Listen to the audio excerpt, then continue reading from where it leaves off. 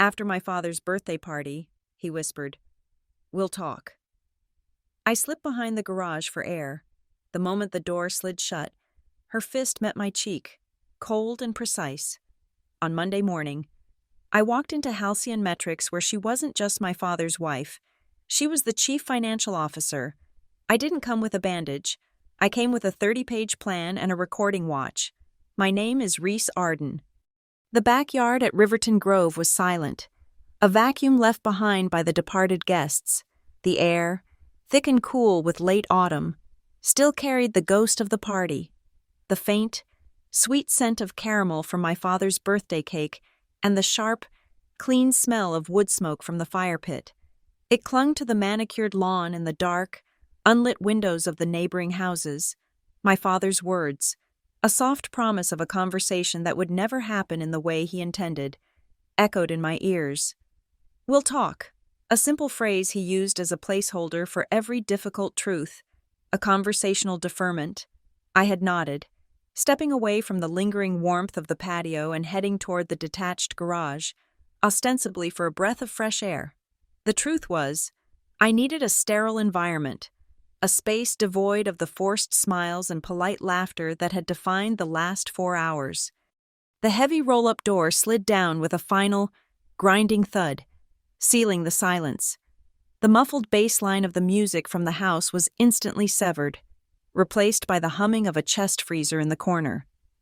For a moment, there was nothing but the cold concrete beneath my feet and the smell of gasoline and old paint. Then, the first fist struck my cheek. It wasn't a slap born of rage.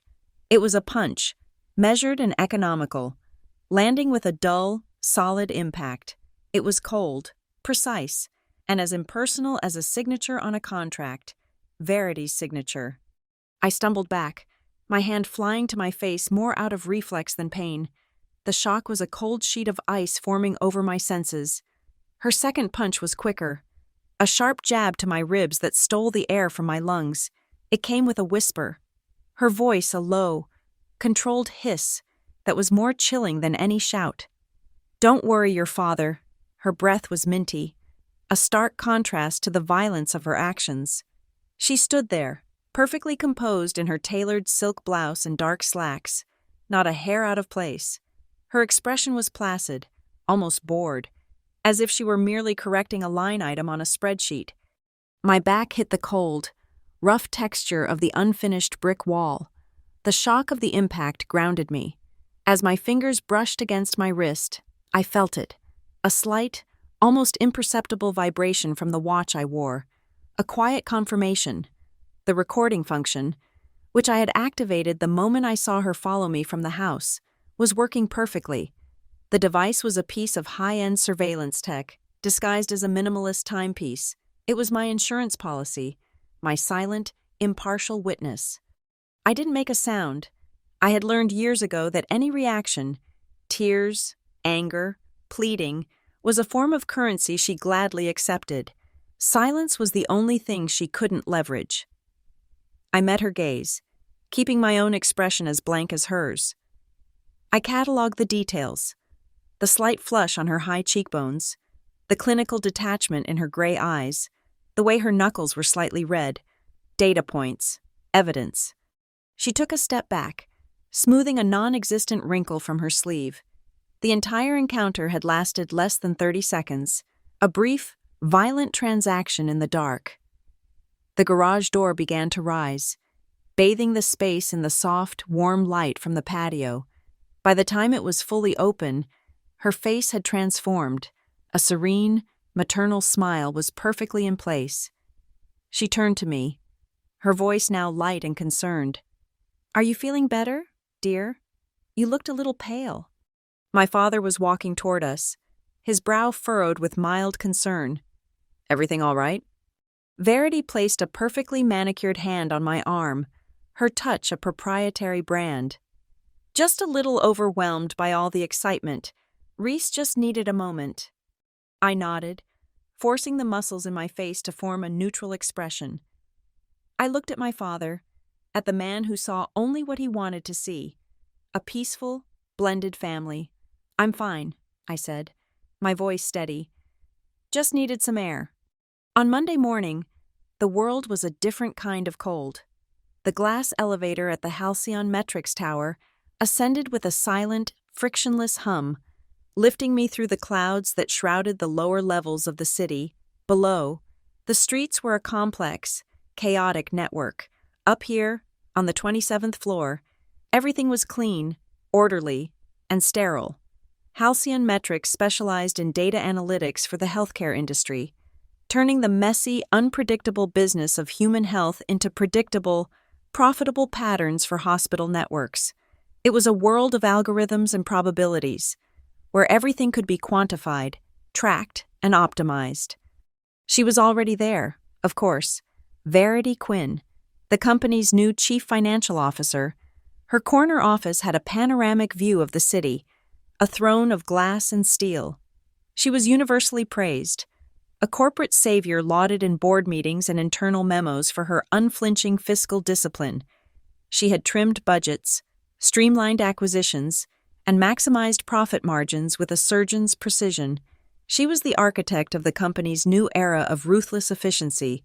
To the world, she was a visionary. To my father, she was a partner. To me, she was the woman who had methodically beaten me in a garage 2 days earlier. And I am Reese Arden, age 32. I am the head of the data integrity testing team. My department is the quiet, unglamorous foundation upon which the company's flashy analytics are built. We are the ones who ensure the numbers are real, that the data streams are clean, and that the algorithms are sound. We are the quality control, the guardians against the corruption that can rot a system from the inside out. My name rarely appeared on company-wide emails, and in the photographs celebrating major contract wins, I was always the blurred figure in the back, the one whose face was obscured by the shoulder of a smiling executive. I was, by design and by necessity, invisible. In the stark, white light of the 27th floor restroom, the mirror offered an unflinching assessment. The bruise on my cheek was a faint, thread-like discoloration, a delicate purple line just below the bone. It was subtle, easily mistaken for a shadow. I had become an expert in the art of cosmetic concealment. I opened my makeup bag and carefully applied a layer of thick concealer, blending it until the mark vanished completely. The face staring back at me was calm, professional, and unremarkable, a perfect mask. I returned to my cubicle, a small, gray space in a sea of identical workstations. I sat down, the worn fabric of the chair sighing under my weight. I didn't look toward the glass walls of the CFO's office. I didn't need to. I could feel her presence, a cold, gravitational pull in the corporate ecosystem. Instead, I opened my laptop. My fingers moved across the keyboard with practiced efficiency, navigating through layers of security protocols until I reached a partitioned, encrypted section of my personal drive. I clicked on a folder. It was labeled simply, Garage. Inside was a single audio file, its timestamp matching the exact time of the assault. Next to it was a blank document, a framework for what was to come. I opened my corporate email client. The first message I composed was not to a lawyer, or to human resources, or to my father. It was to myself. I left the body of the email blank. In the subject line, I typed 2 words, a hollow echo of a broken promise, now repurposed into a declaration of war. We'll talk. I hit send. The message landed in my inbox a second later, a digital timestamp marking the precise moment my plan officially began. It was no longer his phrase, it was mine. Riverton Grove adores the Arden Quinn family. We are a local brand, a testament to second chances and seamless integration. Our house, a sprawling craftsman with a deep front porch and a lawn as flat and green as a putting green, is a landmark of suburban stability. The image is carefully curated. Along the main hallway, a gallery of professionally shot photographs documents our manufactured joy. Thanksgivings with perfectly roasted turkeys, Christmases with matching sweaters, a summer trip to the coast where we are all laughing into the wind. In every frame, my father, Graham Arden, stands in the middle, a bastion of quiet contentment. Verity Quinn is always at his side, her arm linked through his, her smile a masterclass in pleasant neutrality. And I, Rhys Arden, am usually on the periphery, a bookend to their perfect composition, my own smile a well-rehearsed echo of theirs. We are the picture of a successful merger, a family that looks as good on paper as it does from the sidewalk. My father is a man who lives by the principle of deferred maintenance, especially when it comes to emotions. Every morning of my life, from scraped knees to a broken heart after my first real breakup, was met with the same gentle, evasive mantra: "We'll talk." It was never a promise, but a postponement. It was the verbal equivalent of placing an inconvenient file in a drawer to be dealt with at the end of the quarter. He believes in harmony, not as an emotional state, but as a corporate policy. Conflict is a disruption to productivity, an inefficiency to be smoothed over. His world is one of calm surfaces, and he will do anything to avoid looking at the turbulent currents underneath. He doesn't want to know. His love is conditional on peace. Verity arrived the summer after my mother's funeral. I was 18, navigating the raw, uncharted territory of grief, and she appeared like a consultant, hired to restructure a failing company. She didn't bring casseroles or comforting words. She brought a collection of perfectly pressed, cream-colored silk shirts and a portfolio of cost-cutting formulas that she applied to our household with unnerving zeal. My mother's life had been one of comfortable, chaotic warmth. Books stacked on every surface, half-finished cups of tea, the smell of cinnamon. Verity's presence was an immediate and sterile correction. She organized the pantry alphabetically, created a budget for groceries that itemized cost per ounce, and replaced the worn, comfortable sofas with minimalist leather pieces that were aesthetically pleasing but cold to the touch. I remember one of our first dinners together, just the three of us at the polished mahogany table that had been my mother's. We had ordered pizza, a small concession to normalcy that felt like a rebellion. As we ate, Verity picked up the receipt from the box. With a sleek silver pen, she began making notes in the margins, calculating the savings we could have achieved by using a coupon she'd seen in a mailer. She looked up at me, a thin, approving smile on her lips. "You're so practical, Rhys," she said, her voice smooth and devoid of irony. "You have a good head for numbers. It's important to understand value." She wasn't complimenting me. She was assessing me, identifying a trait she could potentially mold and utilize. She saw my quiet nature not as shyness or grief, but as a lack of wasteful emotional expenditure. In her eyes, I was efficient. Our paths to halcyon metrics were a study in contrasts. I earned my place. I started as a summer intern during college, a faceless kid fetching coffee and running diagnostics in a windowless room in the basement. I learned the company from the ground up, understanding its data streams and system architecture in a way only someone who has manually cleaned corrupted code at 3 a.m. can. I worked my way up methodically, promotion by promotion, based on merit and an undeniable proficiency for spotting anomalies. I was a known quantity, reliable and unremarkable. Verity's entry was a hostile takeover executed with a wedding ring. She married my father, the company's then CEO, and seamlessly transitioned into the role of his most trusted confidant. She began as an unpaid advisor, a title that gave her access without accountability. She'd sit in on executive meetings, offering sharp, insightful critiques that always seemed to subtly undermine the existing leadership while positioning herself as the only one with a clear vision.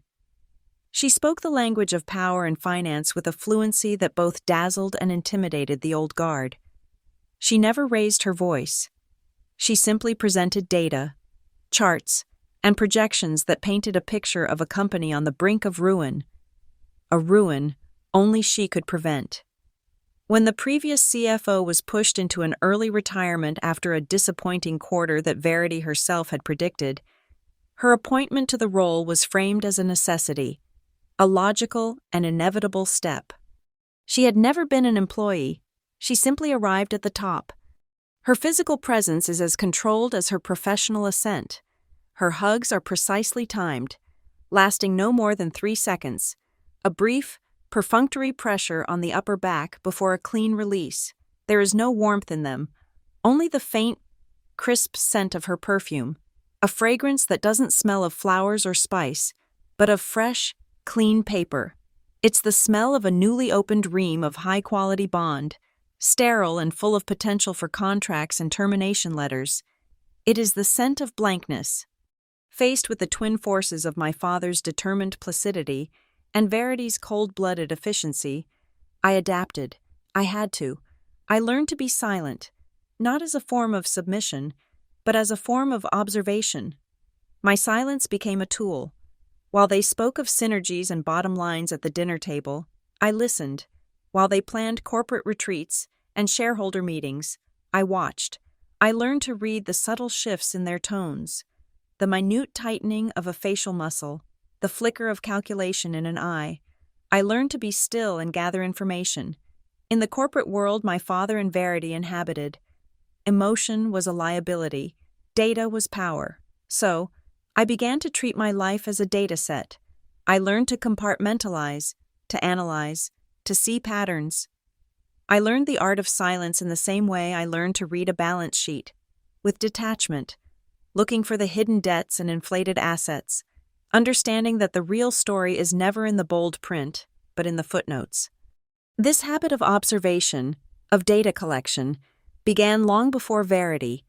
It was a survival mechanism I developed as a child, a way to make sense of the opaque world of adults. I was a quiet, watchful kid, and I was fascinated by the inconsistencies in what people said and what they did. My first piece of equipment was a small, gray cassette recorder, a gift for my 10th birthday. I was supposed to record stories or school lessons. Instead, I recorded conversations. I would leave it under the sofa during my parents' dinner parties, or in the back seat of the car during long drives. Later, I would sit in my room and listen back, not to the words, but to the sounds beneath them. The hesitation in a voice, the nervous laugh, the long, waited pause. I was collecting raw, unfiltered data on the human condition. The technology evolved, but the habit remained. The clunky cassette recorder was replaced by a series of smaller, more discreet devices, culminating in the watch that now sits on my wrist. It's my external hard drive, my personal black box. For years, it has been my constant companion, silently documenting the meetings, the phone calls, the whispered asides. It recorded Verity's meticulously polite dismissals of my project proposals. It recorded my father's gentle deflections whenever I tried to breach the wall of his denial. It recorded the sound of Verity's voice on the phone late one night, her tone shifting from the measured cadence of a CFO to the sharp, conspiratorial whisper of a predator. A call I now understand was the genesis of the fraud I'm about to expose. And 2 nights ago, it recorded the dull thud of her fist against my skin, and the cold, precise whisper that followed. It is all there. Years of data, waiting for the right algorithm to be applied. And I have finally finished writing the code. It began not with a thunderclap, but with a flicker on a screen, a data anomaly flag, one of thousands I process in a quarter. This one came from St. Jude's General, one of our largest clients. The report was dry, clinical. A senior administrator had noticed a recurring pattern in their billing reconciliation reports. Small, seemingly random, service fee reductions were being applied to their account, on their own. Each was insignificant, a few $100s here and there, easily lost in a multi-million-dollar monthly invoice. But the administrator, a sharp-eyed woman nearing retirement, had noticed a rhythm. The reductions occurred in a distinct, non-random cycle, every 27 days. In the world of data, true randomness is rare, but a perfect 27-day cycle is a fingerprint. It's a deliberate, programmed event. My job is to find the author of that program. I pulled the raw transaction logs from St. Jude's account, bypassing the polished dashboards our clients see. I was looking for the ghost in the machine, the specific line of code or vendor ID that initiated these credits. It took 3 hours of filtering through terabytes of data. But I found it. The reductions weren't coming from a primary vendor or an internal halcyon department. They were initiated by a subcontractor, a third-party entity authorized to handle billing disputes and reconciliations. In the data table, the string of characters for the vendor ID was unfamiliar. I cross-referenced it with our master vendor registry. The ID belonged to a company that had been added to our system 6 months ago, Oracle Systems. Oracle Systems did not exist in my memory, which was, in itself, a red flag. I pride myself on knowing the architecture of our financial ecosystem. I queried the company's profile. It was thin. Their service description was vague boilerplate. Provider of back-end financial reconciliation and dispute resolution services. Their date of incorporation was recent. Their transaction history was limited, but active. They serviced exactly 12 of our major accounts, and on each, the same 27-day pattern of reductions was present. The next step was to verify their physical presence. A legitimate company has roots, a place of business. Oracle Systems had none. The address listed on their official documentation was a commercial mail drop, a P.O. box in a featureless suburban business park on the outskirts of the city, a legal fiction designed to receive mail and nothing more. I ran a public records search on the company's registered agent, the individual legally authorized to act on its behalf. The name was May Archer.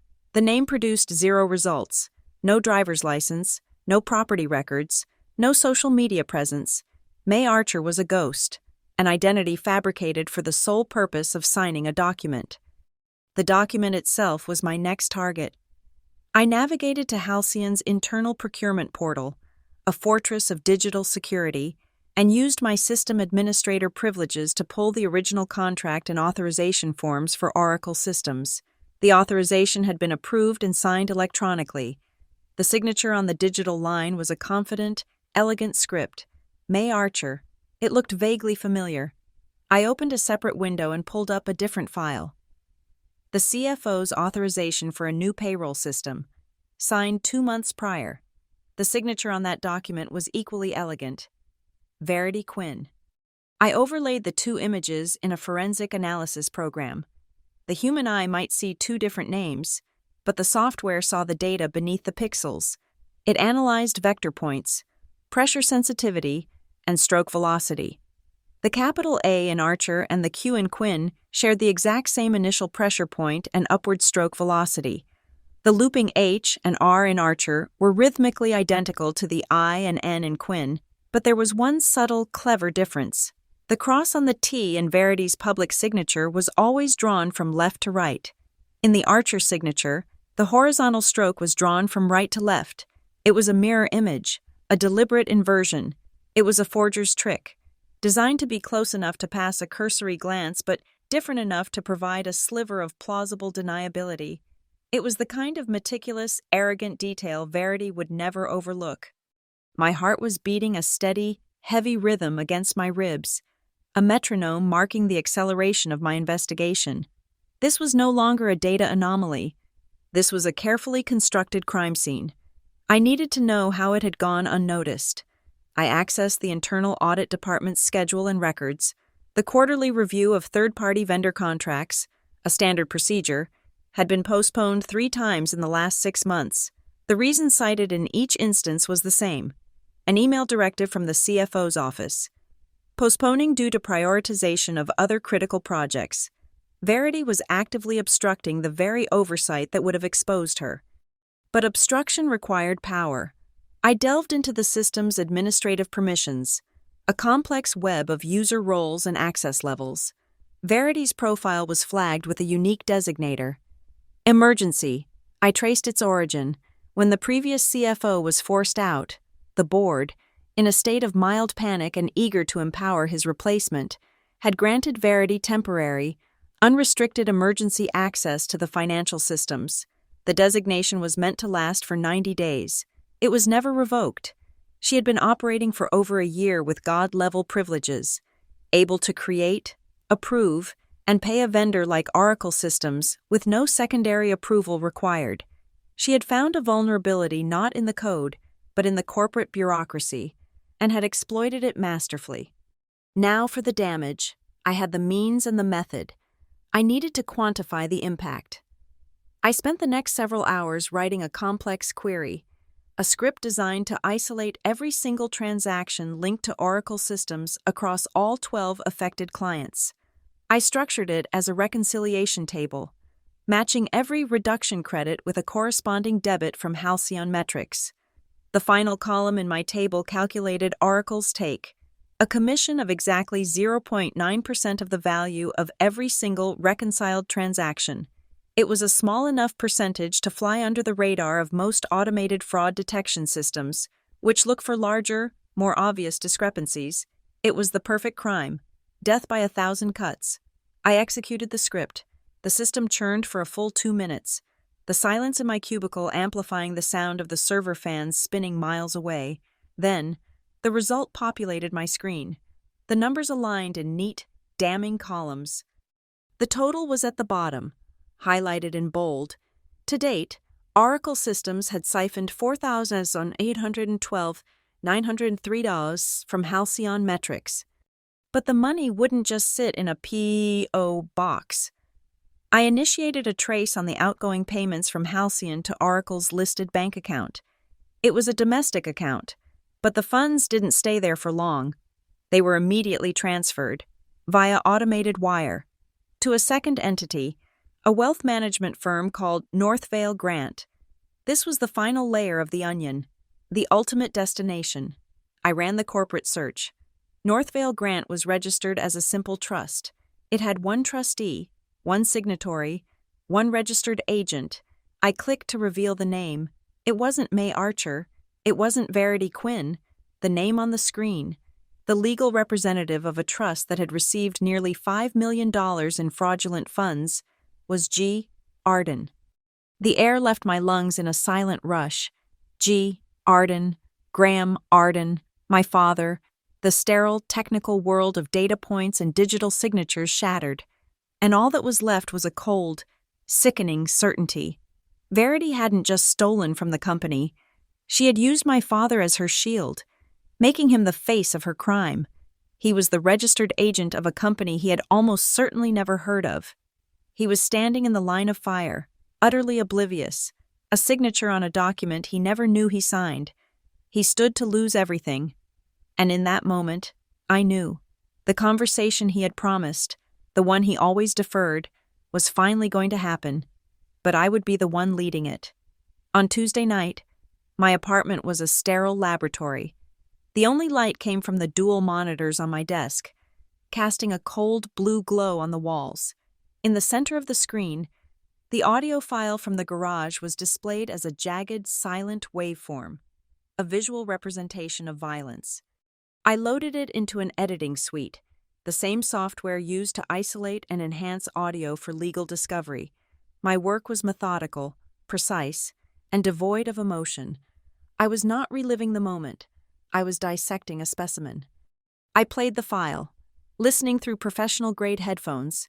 The first sound was the heavy metallic clang of the garage door hitting the concrete floor. I isolated it, clipped it, and labeled the file. Clip 01, door close 0.7s. Next, the sound of her shoes, hard-soled, expensive, crossing the floor, a distinct, confident rhythm. Clip 02, footsteps, hard sole, 1. 2s, then, the dull, sickening thud of the first impact, a low-frequency spike in the waveform. It was followed by the sound of my back hitting the brick wall. Clip 03, impact dull 02. I catalogued the rustle of her silk blouse as she moved closer, a sound as dry as autumn leaves. Clip 04, fabric rustle 0.5s, her whisper. "Don't worry your father," was a clean, clear signal, easily isolated from the low hum of the freezer. Clip 05, Verity whisper daunt, worry 2.1s. I continued this process, minute by minute, second by second. I parsed the entire recording into 14 distinct audio files, each one labeled with a dispassionate, technical description. I was creating a timeline, an undeniable sequence of events, a transcript written in sound. The final clip was one I had discovered from an earlier, separate recording. It was a fragment of a phone call from weeks ago, her voice low and conspiratorial, captured by my watch when I had walked past her study. It was the missing piece of the financial puzzle. Once the clips were finalized and exported, I compressed them into a single, password-protected file. I opened a secure, anonymous browser and navigated to the web portal of a pro bono labor law firm that specialized in corporate whistleblower cases. I filled out the intake form with non-identifying information, describing a case of corporate fraud and workplace assault. I uploaded the encrypted audio file. It was a digital message in a bottle, sent out into the legal ether as a form of insurance, a dead man's switch. My finger hovered over the mouse, and I clicked Submit. The data was now in two places. Redundancy is the first principle of data integrity. The original file, the master recording, I transferred to a micro SD card no bigger than my fingernail. I walked into my bedroom and took down the silver picture frame that sat on my nightstand. It held a photo of my mother, taken a year before she died. She was smiling, squinting into the sun. I carefully opened the back of the frame, slipped the tiny memory card into a small crevice I had carved in the backing, and sealed it shut. It was the one place Verity would never think to look, a place she would never dare to touch. I scheduled the meeting with my father via a single text message. We need to talk. I chose a place he would hate, a 24-hour diner off the interstate called the Crossroads. It was a place of harsh fluorescent lighting, sticky tabletops, and the lingering smell of burnt coffee and grease. It was a transient space for people with no better place to be, a place where no one would recognize Graham Arden, the distinguished former CEO. It was the perfect venue for the dismantling of his carefully constructed world. I arrived 10 minutes early and chose a booth in the back corner. The red vinyl was cracked, leaking yellow foam. I ordered a black coffee and watched the clock on the wall, its red second hand sweeping in a jerky, relentless circle. He arrived 17 minutes late, a small but significant breach of his lifelong obsession with punctuality. He looked tired, his shoulders slumped inside his expensive cashmere coat. The usual air of effortless authority was gone, replaced by a fragile, uncertain energy. He slid into the booth opposite me, avoiding my eyes. His hands trembled slightly as he unwrapped his scarf. "Reese," he began, his voice raspy. "This is an odd place." "The coffee is bad," I replied, not answering his implied question. A waitress appeared, and he ordered a coffee he would not drink. We sat in silence until it arrived, a thick white mug of watery, lukewarm liquid. He wrapped his shaking hands around it, as if for warmth. I didn't waste any more time. I pulled my tablet from my bag, placed it on the table between us, and swiped the screen on. It displayed a single, stark image, the money flowchart, a clean, simple diagram of boxes and arrows, drawn in the neutral blue of corporate presentations. On the left, a box labeled Halcyon Metrics. On the right, a box labeled Northvale Grant. In between, a conduit labeled Oracle Systems. I tapped the screen, and the Northvale Grant box expanded, revealing the name of the registered agent, G. Arden. He stared at it, his eyes, the same blue as my own, traced the lines as if trying to decipher an ancient, incomprehensible language. He leaned closer, his brow furrowed in concentration. He looked at his own name for a full minute, his expression shifting from confusion to a dawning, horrified recognition.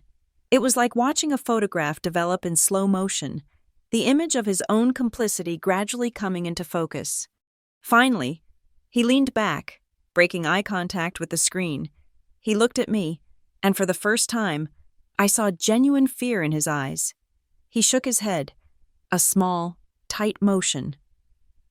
"You're wrong," he whispered, his voice barely audible over the clatter of dishes from the kitchen.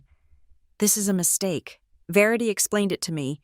It's an insurance structure, a way to protect assets. It's perfectly legal." He was reciting a line, a script he had been fed and had chosen to believe because the alternative was unthinkable. He was clinging to the fiction, to the plausible deniability she had so carefully constructed for him. I didn't argue. I didn't present more data. I simply reached for my phone, which was already resting on the table. I tapped the screen once, opening an audio file. I turned the volume up just enough to be clear in our small pocket of the noisy diner. I hit play. The sound that emerged was Verity's. Her voice was stripped of its usual polished, public cadence. This was her true voice. Low, sharp, and impatient. It was from the final clip, the fragment of the phone call from weeks ago. The sound quality was perfect. 10 seconds of unadulterated truth. "He's hesitant, but he'll do it," her voice hissed from the phone's speaker. "Just put the papers in front of him. Sign it. Graham, the girl won't know." The last 4 words hung in the air between us, stark and venomous. The girl won't know. The effect was instantaneous and absolute. All the color drained from my father's face. He looked as if he had been struck. He slowly, deliberately, placed his hand flat on top of his coffee mug, as if to anchor himself to the table, to reality. His hand was a dead weight. He stared at it, at the white ceramic, at the dark liquid, but he did not lift it. He couldn't. The strength had gone out of him. The carefully constructed walls of his denial had been utterly demolished by a 10-second audio file. He was exposed, and he knew it. A long, heavy silence stretched between us. The sounds of the diner faded into a distant hum. Finally, he lifted his head and looked at me. The fear was gone, replaced by a look of profound, hollow devastation. He opened his mouth, then closed it. He tried again. The words he spoke were the ones he always used, the familiar, comfortable phrase he had employed his entire life to delay the inevitable. But this time, the meaning was inverted. It was no longer a statement of deferral. It was a question, a desperate, pleading question from a man who had lost his footing completely. "We'll talk?" he asked, his voice cracking. I held his gaze, my own expression unreadable. I let him wait for a beat, letting the weight of the new reality settle upon him. "Tomorrow," I said. It wasn't a promise. It was a summons. The plan was not a product of rage. It was a system, designed and implemented with the same cold, calculating logic I apply to my work every day. It was a standard operating procedure for the methodical dismantling of a corrupt enterprise. Revenge, I had learned, is not a passion, it is a project plan. Step 1. Secure the data at 02:17 a.m.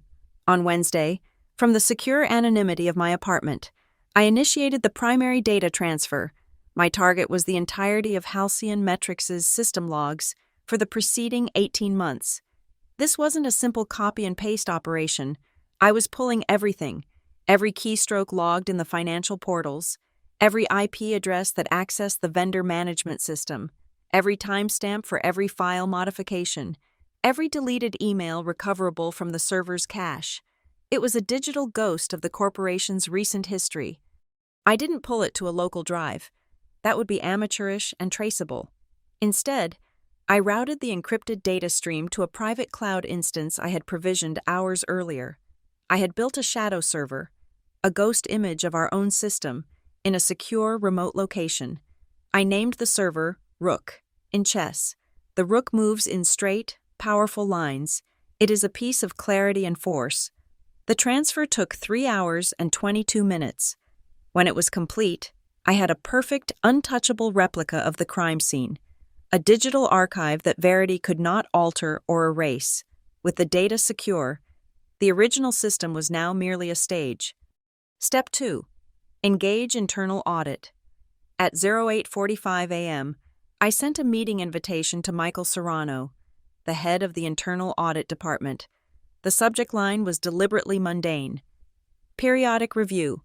Third-party vendor reconciliation. It was a meeting title so boring it would arouse no suspicion. In the body of the invitation, I wrote a single line. Michael, attaching a preliminary data set for our review, would like to discuss some recurring anomalies. The attachment was a password-protected file. Inside was not the full data set, but a carefully curated summary. It was a single document that cross-referenced three distinct sources of information. First, the transaction log showing the 27-day payment cycle to Oracle Systems. Second, the digital authorization contract for Oracle Systems, complete with the May Archer signature. And third, the wire transfer records showing the immediate redirection of funds to Northvale Grant. It was a triangle of evidence, each point reinforcing the others, leaving no room for interpretation or doubt. I was not presenting a theory. I was presenting a closed-loop system of fraud. I knew Michael. He was a man of process, a man who believed in the integrity of the system. I was giving him a formal process to follow. Step 3. Notify the control committee. The official channels had to be respected. At 09:30 a.m., I moved to the next phase. I opened an obscure link on the company's intranet, a page buried 5 levels deep in the corporate governance section. It was the anonymous whistleblower portal for the Board of Directors Control Committee. The page was an antique, built on a framework from a decade ago, and it had a flaw.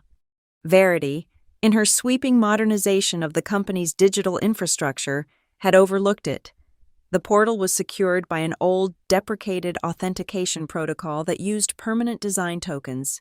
Years ago, as a junior developer, I had been on the team that built it. I still had the master token for anonymous submission, a string of alphanumeric characters I had saved on a personal drive, a relic of a past project. It was a key she never knew existed. I submitted a formal, anonymous report. It was concise, professional, and stripped of all personal context. It detailed a sophisticated scheme of financial misappropriation involving a shell corporation and an unauthorized signatory. I attached the same file I had sent to internal audit. I logged the submission time, 09:37 a.m. The report was now officially in the system, a ticking clock on the board's desk, legally obligating them to investigate. Step 4 and 5. The trap. At 11:00 a.m., I sent a direct email to Verity.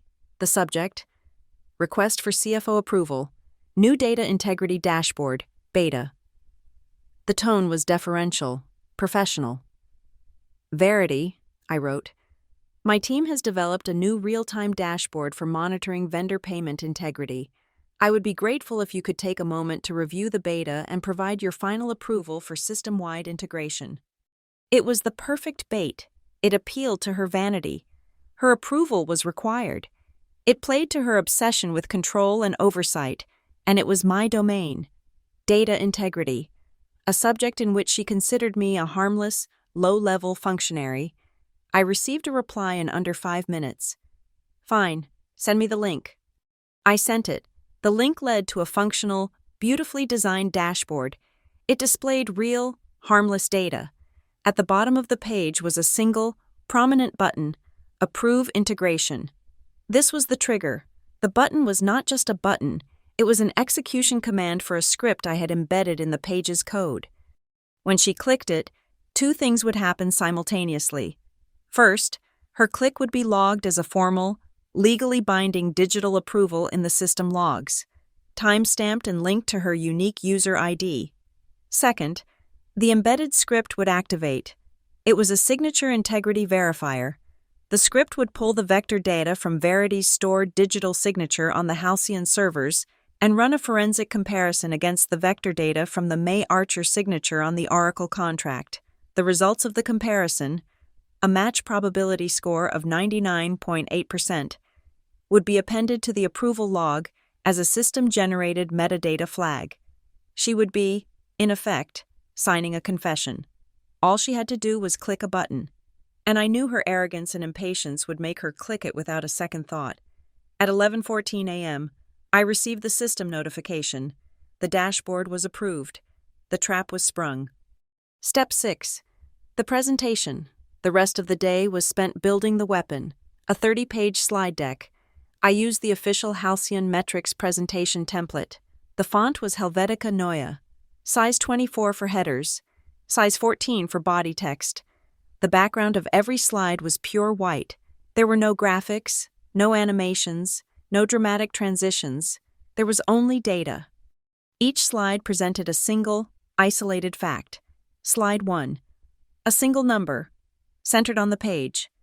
4,809.03. Slide 2. A simple line graph showing a recurring spike every 27 days. Slide 5. The flow chart of the money. Slide 7. The two signatures, Verity Quinn and May Archer, side by side. Slide 12. The text of the internal audit postponement emails. Slide 20.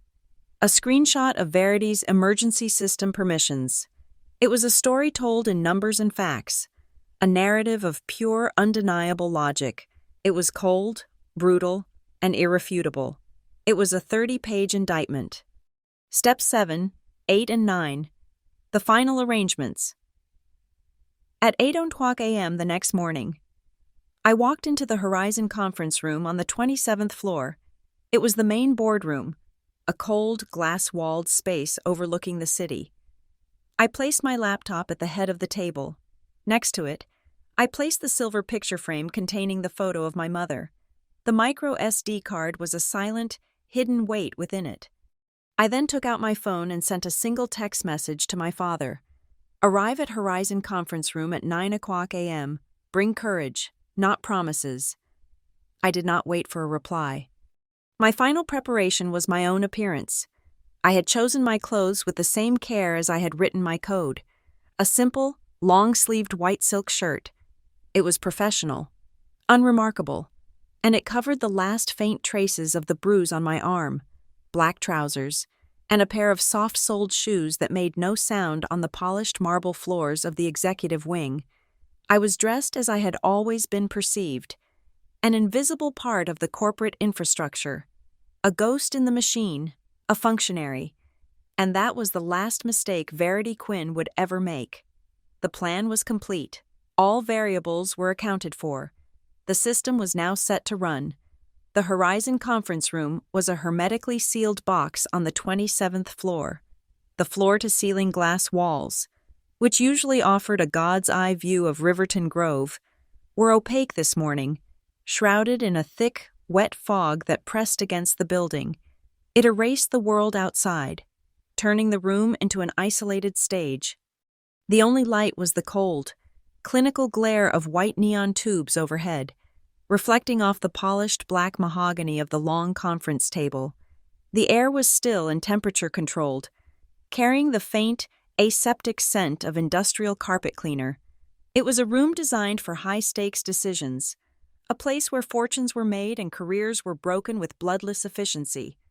I was already seated, a silent fixture at the far end of the table, my laptop open.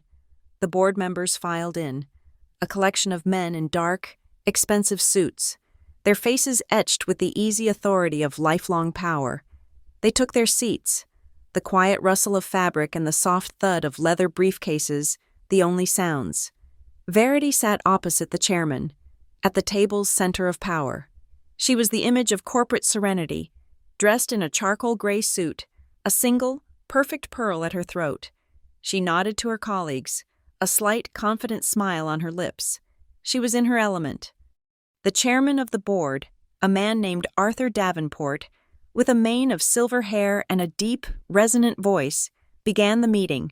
He tapped a pen on his notepad, a percussive sound in the quiet room. "Good morning. Let's begin, Verity," he said, his voice warm with genuine admiration. "I want to start by commending you on the Q3 results. Another stellar quarter. Your fiscal discipline is a model for the entire industry. Truly exceptional work." Verity inclined her head slightly. "Thank you. Arthur, we have a strong team." Her gaze swept the room, a monarch surveying her court. Her eyes passed over me without a flicker of recognition. I was just part of the furniture. I did not clear my throat. I did not raise a hand. As the murmur of agreement for Davenport's praise subsided, I pressed a single key on my laptop. The massive screen at the end of the room, previously displaying the Halcyon Metrics logo, flickered and changed. The first slide appeared. It was a field of pure white. In the center, in clean, black, 24-point Helvetica font, were two things: a title and a number. Title: Anomalies. Data: 4,812,903. A confused silence descended on the room. Heads turned from the screen to me. Verity's serene smile tightened by a single, almost imperceptible millimeter. Davenport frowned. "Ms. Arden, I don't believe you were on the agenda." I ignored him. My finger tapped the arrow key again. A new slide appeared. It was a simple line graph, its x-axis representing the last 18 months, its y-axis representing financial outflow, a single, jagged line spiked downwards with perfect, unnatural regularity. The title was simple: 27-day pattern, no music, no effects, no explanation, just the data. Naked and damning. Verity let out a small, dismissive laugh. It was a perfectly pitched sound, light and airy. "Arthur, my apologies. It seems one of our data analysts has gotten ahead of herself. This is statistical noise. Reese, margin of error. We can discuss your findings at a more appropriate time." Her voice was calm, but I could see a new, hard light in her eyes. She was trying to shut it down, to frame me as an overzealous subordinate. I didn't answer her. My response was another click of the key. The line graph vanished, replaced by a flowchart. It was a map of the money, rendered in clean, straight arrows: Halcyon Metrics, Oracle Systems, Northvale Grant. "What the hell is Oracle Systems?" one of the board members muttered, leaning forward. Verity's composure remained flawless. "A third-party reconciliation service, fully vetted." Click. The next slide showed two digital signatures, side by side. On the left, Verity Quinn, from a recent corporate filing. On the right, May Archer, from the Oracle Systems contract. Even to the naked eye, the rhythm, the confident loops, the very DNA of the handwriting was identical. Click. Slide 6. A single name, Oracle Systems. Below it, a single address, the commercial mail drop in the suburbs. Click. Slide 7. A single name, Northvale Grant. Below it, a single registered agent, G. Arden. The name hung in the chilled air of the room, a collective, sharp intake of breath. Davenport's face had gone rigid, his earlier warmth replaced by a glacial stare directed at Verity. Her mask of composure was still in place, but it had become brittle, a thin layer of ice over a boiling sea. She opened her mouth to speak, to spin a narrative of insurance structures and asset protection. At that exact moment, the heavy door to the conference room swung silently open. My father was 30 seconds late, a lifetime for a man who measured his existence in punctuality. He didn't enter the room fully but stood framed in the doorway, a ghost at the feast. He wore a dark suit, but it seemed to hang on him. His shoulders slumped. His hand was clenched into a white-knuckled fist at his side. He didn't look at Verity. He looked only at me. His eyes wide with a terrifying mixture of fear and a fragile, nascent resolve. The room's attention was now fractured, split between the damning data on the screen, the icy fury of Verity, and the sudden, dramatic appearance of her husband. I moved deliberately. I reached for the silver picture frame on the table in front of me. The image of my smiling mother seemed to watch the proceedings. I turned it over, slid open the back panel, and with the tip of my finger, ejected the tiny micro SD card. I held it up between my thumb and forefinger. It was a small, black square, insignificant, and it held everything. I stood up. My voice, when I spoke, was quiet, but it cut through the tension like a scalpel. "Before we talk," I said, my gaze sweeping across the stunned faces of the board members and landing finally on Verity. "We should listen." I walked to the head of the table and inserted the memory card into the presentation laptop's port. I navigated to a single audio file. I clicked play. There was no warning, no introduction, just sound, erupting into the soundproofed silence of the room. The first noise was the heavy, grinding clang of a metal garage door. Then, the hiss of a whisper. Verity's voice, but not her voice. It was a raw, venomous version. stripped of all its corporate polish. Don't worry your father. Then, the other sounds, the dull, wet thud of a fist on skin, the sharp intake of breath, a rustle of fabric, and finally, her voice again, low and conspiratorial, from a different time, a different place. Sign it, Graham. The girl won't know. The audio file was only 10 seconds long. 10 seconds. In the absolute, ringing silence that followed, the hum of the building's HVAC system sounded like a roar. No one moved. No one breathed.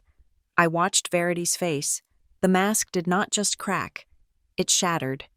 For a fraction of a second, I saw pure, unadulterated fury in her eyes, a glimpse of the feral thing that lived beneath the silk and pearls. I looked around the table.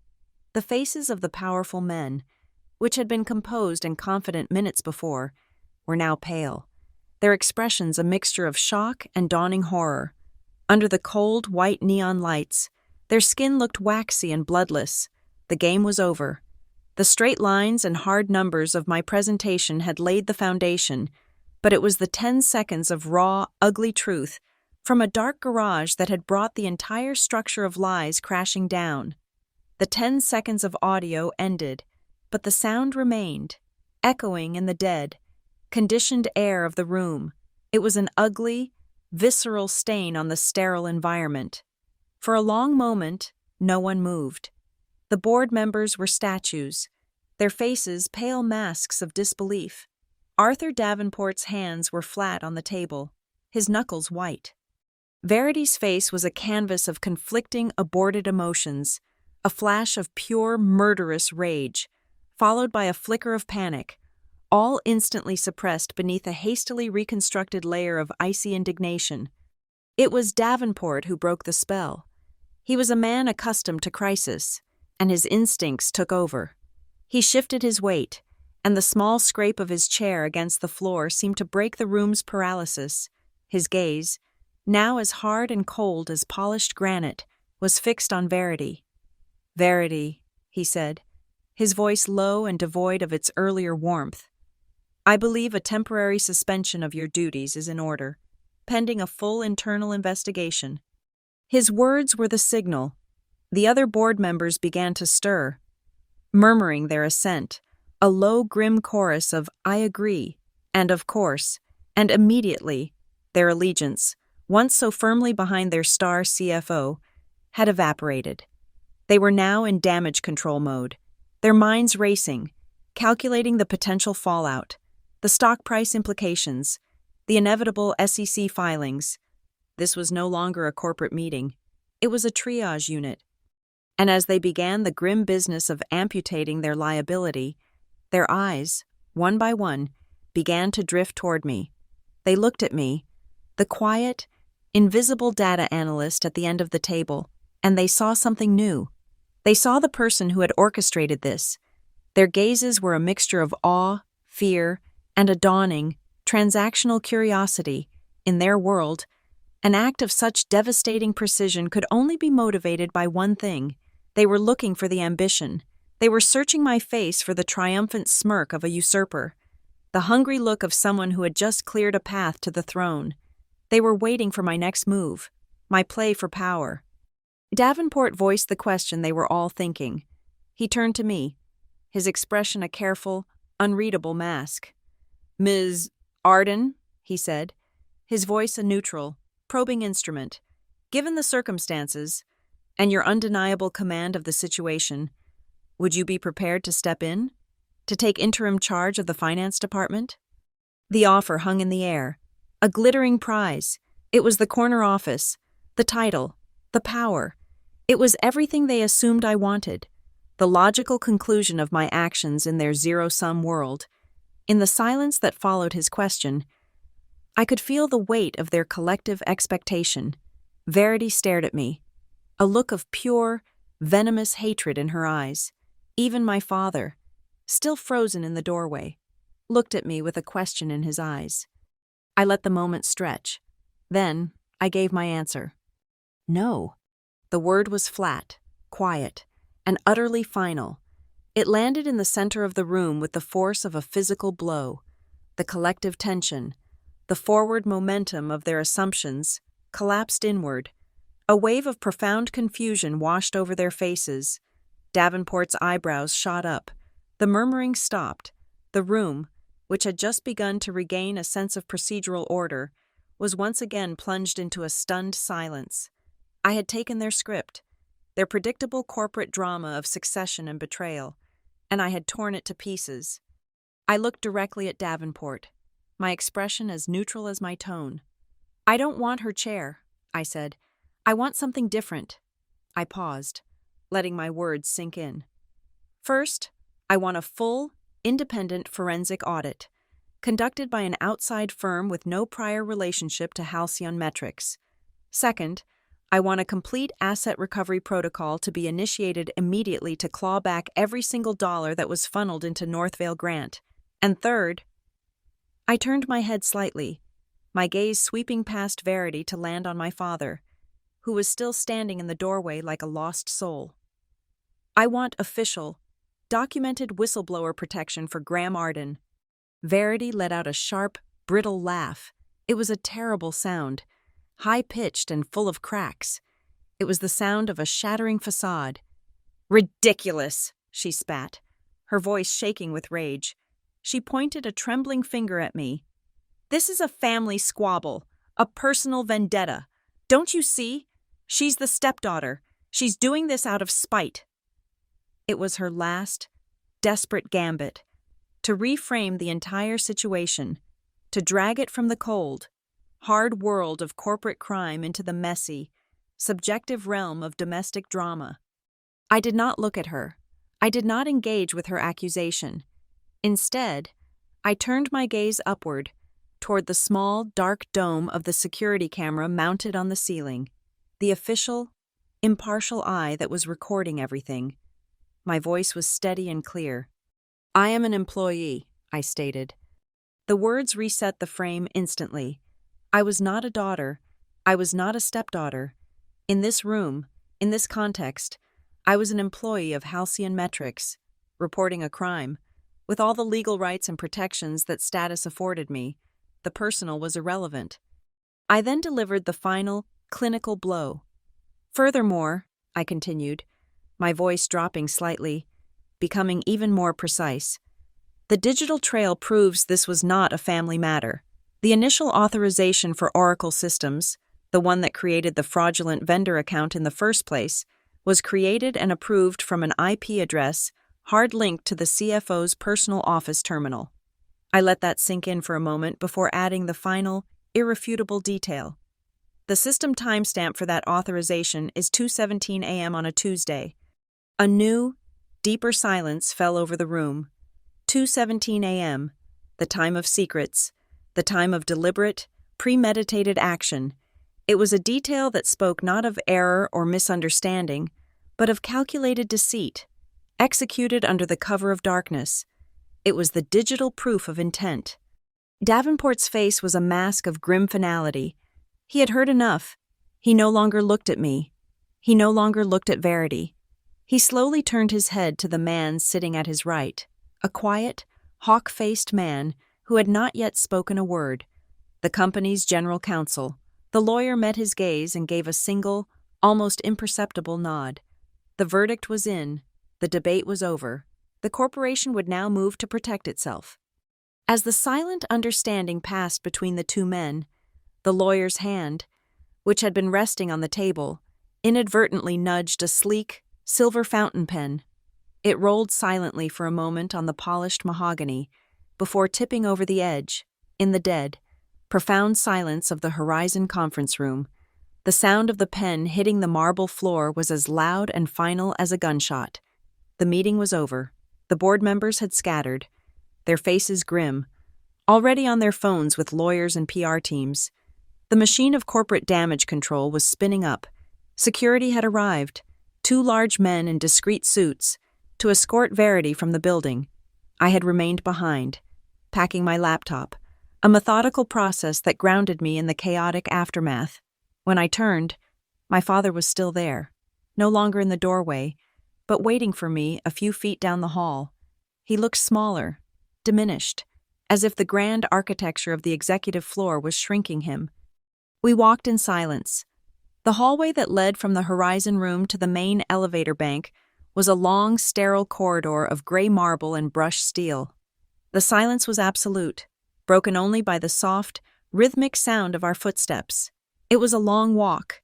The distance felt immense, like a swimming lane stretching out to an impossibly far wall. The air was thick with everything that had been said and everything that hadn't, for years. He was the first to speak. He stopped, and I stopped with him. He wouldn't look at me, his gaze fixed on the geometric pattern of the marble floor. "I'm sorry," he said. The words were a ragged whisper, a foreign sound in his mouth. He was a man of pronouncements and plans, not apologies. The words seemed to cost him something vital. I said nothing. I just waited. He took a shallow breath. "I'm sorry," he repeated, the sound even quieter this time, the words half swallowed. It wasn't an apology to me, it was a confession to himself, an admission of a failure so profound he could barely give it voice. He shook his head slowly, a gesture of deep, weary disbelief, a third time, so quiet I almost didn't hear it. The word escaped him. Sorry.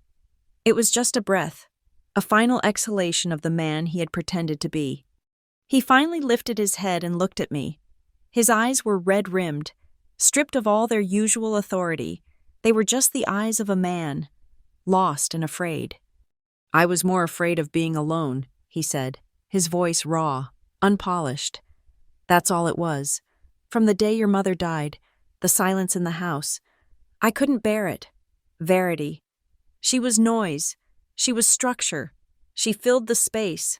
I was more afraid of being alone than I was of being wrong." It was the most honest thing he had ever said to me. It was a simple, terrible truth. He had traded his integrity for companionship. He had mortgaged his daughter's safety for the absence of silence. He had chosen the fiction because the reality was too empty. I met his gaze, my own expression unyielding.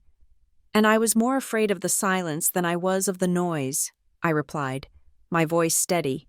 He flinched, understanding my meaning perfectly. My whole life had been a reaction to his fear. His silence had forced me to listen, to record, to gather evidence. His avoidance of the truth had turned me into a seeker of it. His noise, the carefully constructed harmony of his life with Verity, was the anomaly I had to correct. The noise of the audiophile in the boardroom was the only language he could be made to understand. A flicker of comprehension, of profound, devastating understanding, passed across his face. He nodded slowly. He understood. He finally understood. He lifted his left hand, looking down at it as if it belonged to a stranger. On his fourth finger was a simple, elegant platinum band. Verity's ring, his wedding ring. With the fingers of his other hand, he worked it slowly over his knuckle. It didn't come off easily. It had been there for years, a permanent part of him, but he persisted, twisting and pulling, his movements clumsy but determined. The ring came free. He didn't look at it. He simply opened his hand and dropped it into the pocket of his suit jacket, where it landed with a soft, muffled clink. The transaction was complete. The merger was dissolved. At that moment, a presence passed us in the hallway. It was Verity, flanked by the two security guards. She walked with her head held high, her back perfectly straight. She was on her way to the service elevator, the exit for disgraced employees. As she passed, she did not turn her head. Her eyes did not meet mine, or my father's. Her shoulder did not brush against his. We were not there. We were ghosts, specters from a life she was already erasing. She was a blur of charcoal gray fabric and cold fury, moving swiftly toward her new reality, and then she was gone, the sound of her heels fading down a side corridor. My father watched the empty space where she had been, his expression hollow. He seemed adrift, untethered. I reached into the leather portfolio I was carrying and pulled out a thin sheaf of papers, held together by a single, neat staple. "This is for you," I said, holding it out to him. He looked at it blankly. What is it? It's a copy of the whistleblower protection plan I submitted to the board's council, I explained, my tone as clinical as if I were describing a system update. It outlines the legal framework for your testimony. It grants you full immunity in exchange for your complete cooperation. My lawyer has already reviewed it. You need to sign it and return it to the general counsel's office by the end of the day. He took the papers from my hand. He stared down at the dense, black text, at the legal jargon and the numbered clauses. He was holding a lifeline, but it was not a comfort. It was a cold, hard legal instrument. It was a procedure. It was my version of care.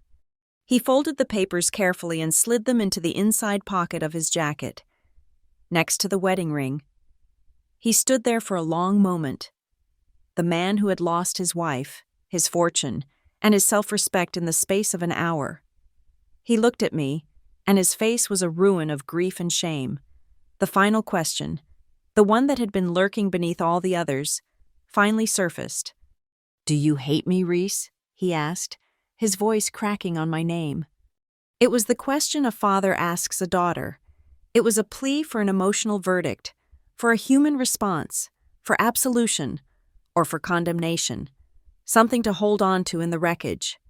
I looked at my father, at the man who had taught me, through his absence and his denial, to trust only in the tangible, the verifiable, the proven. He was asking for a feeling, but I had built my entire life around facts. I gave him the only honest answer I had. "I have the data," I said. The email announcing the all-hands meeting went out at noon. The subject was an important announcement regarding financial transparency. It was scheduled for 3 p.m. in the main atrium, a cavernous, 4-story space with a glass ceiling that was, today, the color of slate. By 2:55 p.m., the space was packed. Hundreds of employees stood shoulder to shoulder on the polished concrete floor, their faces upturned, a sea of anxious, curious expressions.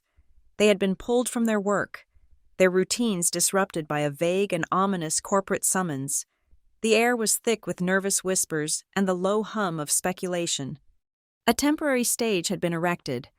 On it stood Arthur Davenport, the company's general counsel, and a few other board members. They looked grim, their faces set like stone. At the center of the stage was a podium and a large projection screen. An internal video camera, its red light glowing, was mounted on a tripod, broadcasting the event to the company's satellite offices. Everything was official. Everything was on the record. I was not on the stage. I was at a small table to the side, my laptop open. My presence an anomaly that had fueled the wildfire of rumors. I was a ghost who had suddenly materialized at the center of the narrative. When the clock on the wall struck 3 p.m., a hush fell over the crowd. Davenport stepped to the podium. His voice, amplified by the sound system, boomed through the atrium. "Thank you for joining us on short notice," he began, his tone grave. "Halcyon Metrics is built on a foundation of trust with our clients, and trust with each other. In the interest of upholding that trust, we are here today to address a serious matter with the utmost transparency." He did not name Verity. He did not mention fraud. He simply created a vacuum, a space for the truth to be presented. He looked at me and gave a single, sharp nod.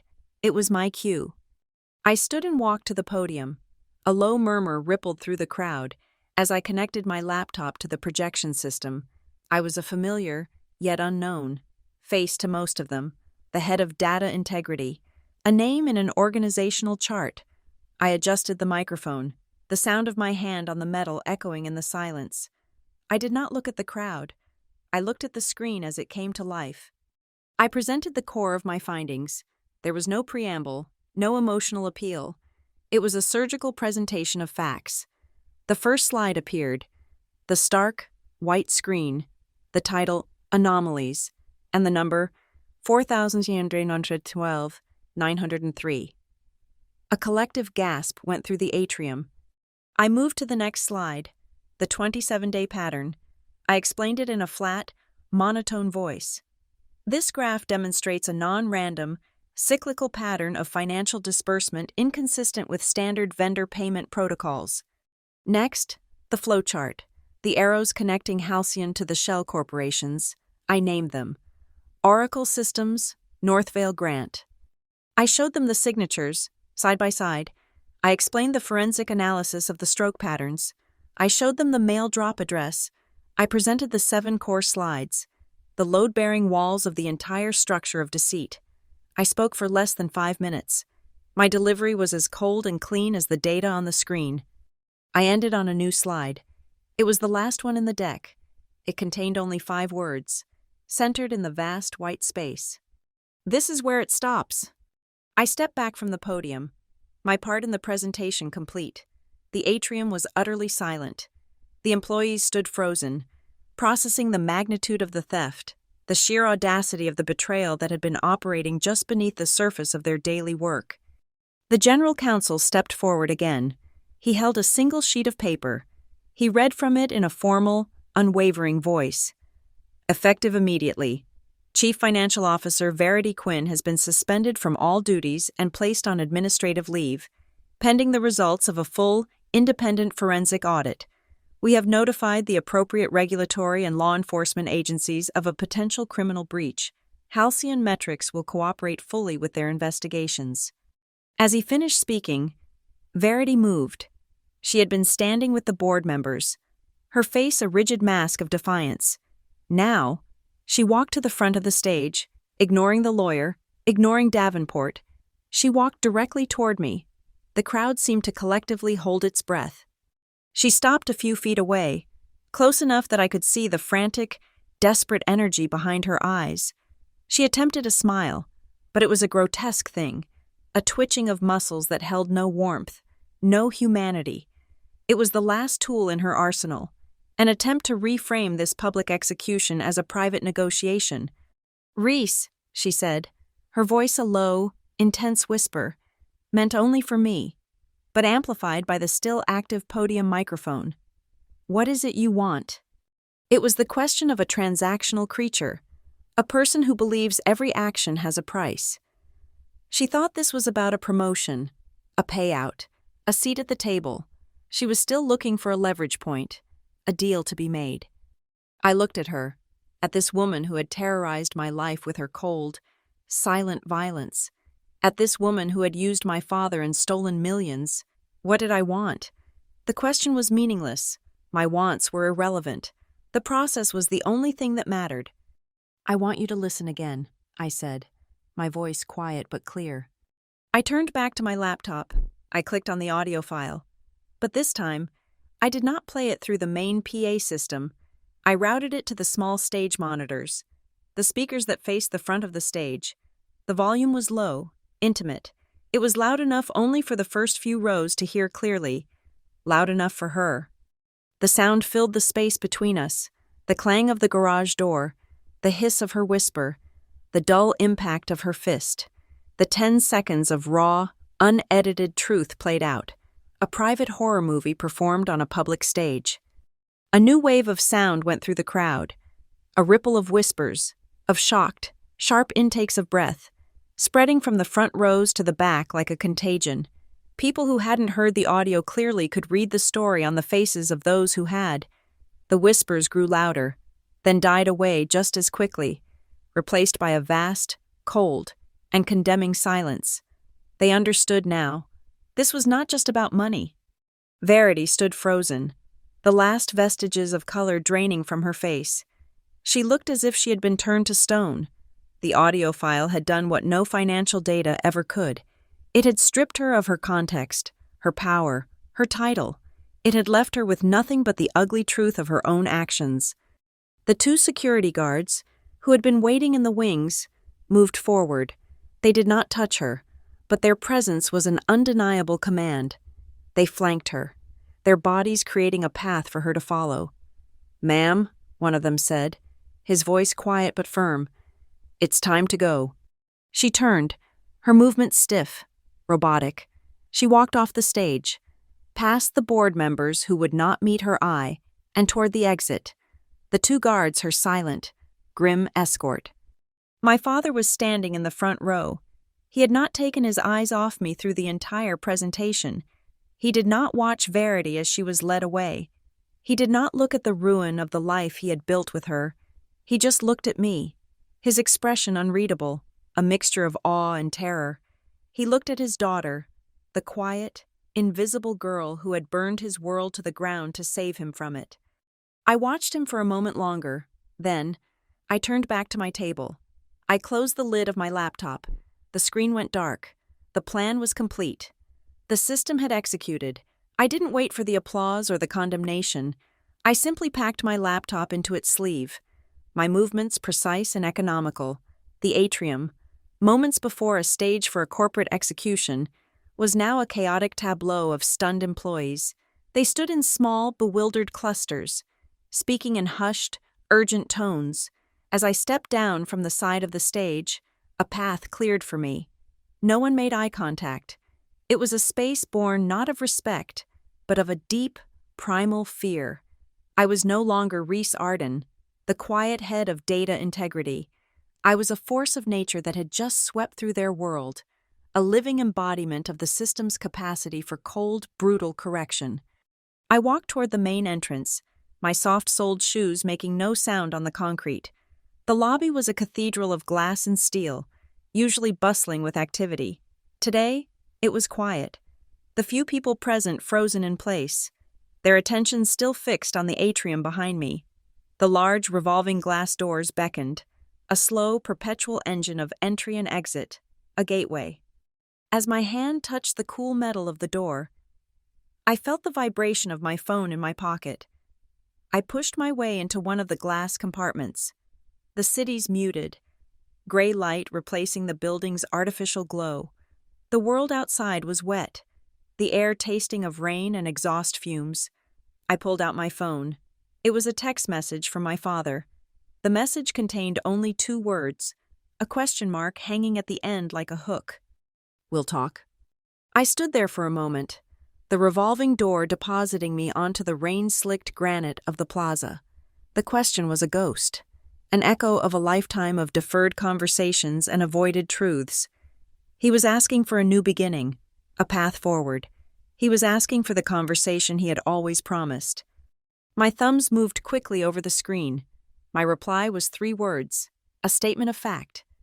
"We did." I hit send. I did not wait for a response. The conversation was over. The data had been presented. The conclusion reached. There was nothing left to say. I turned and walked back into the lobby, my purpose not yet complete. Against the far wall was a bank of sleek, silver guest lockers. I walked to them, my keys already in my hand. I stopped in front of locker number 27, the number of the executive floor, the number of the room where the truth had finally been brought into the light. I inserted the key and turned. The small door clicked open. I took off my watch, the minimalist timepiece, my silent, constant companion. It felt strangely light in my hand, its immense weight of stored data not a physical property. For years, it had been my weapon, my shield, my external memory. It held the whispers, the lies, the thud of a fist in a dark garage. It was an archive of pain and a tool of justice. I placed it gently inside the empty locker, on the cold metal floor. It looked small and insignificant. I closed the door, turned the key, and locked it away. The key I let slip from my fingers into a nearby decorative planter, where it disappeared into the dark soil. The archive was now sealed. As I turned to leave, my reflection caught my eye in the polished steel of the locker door.